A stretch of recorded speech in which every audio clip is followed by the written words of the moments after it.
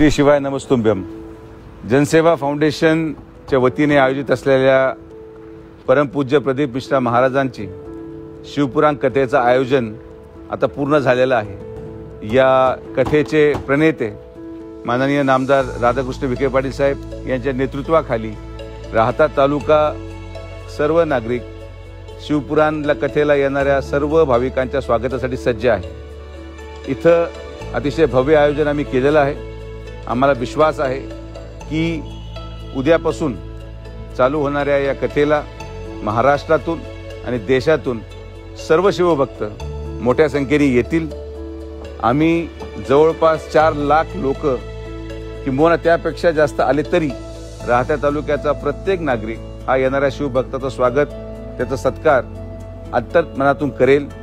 ही कथा 12 ते 16 ऑक्टोबर दरम्यान आयोजित करण्यात आलेली आहे। मला विश्वास आहे की सर्व शिवप्रेमी या ठिकाणी येऊन परमपूज्य प्रदीप मिश्रा महाराजांच्या कथेचा लाभ घेतील।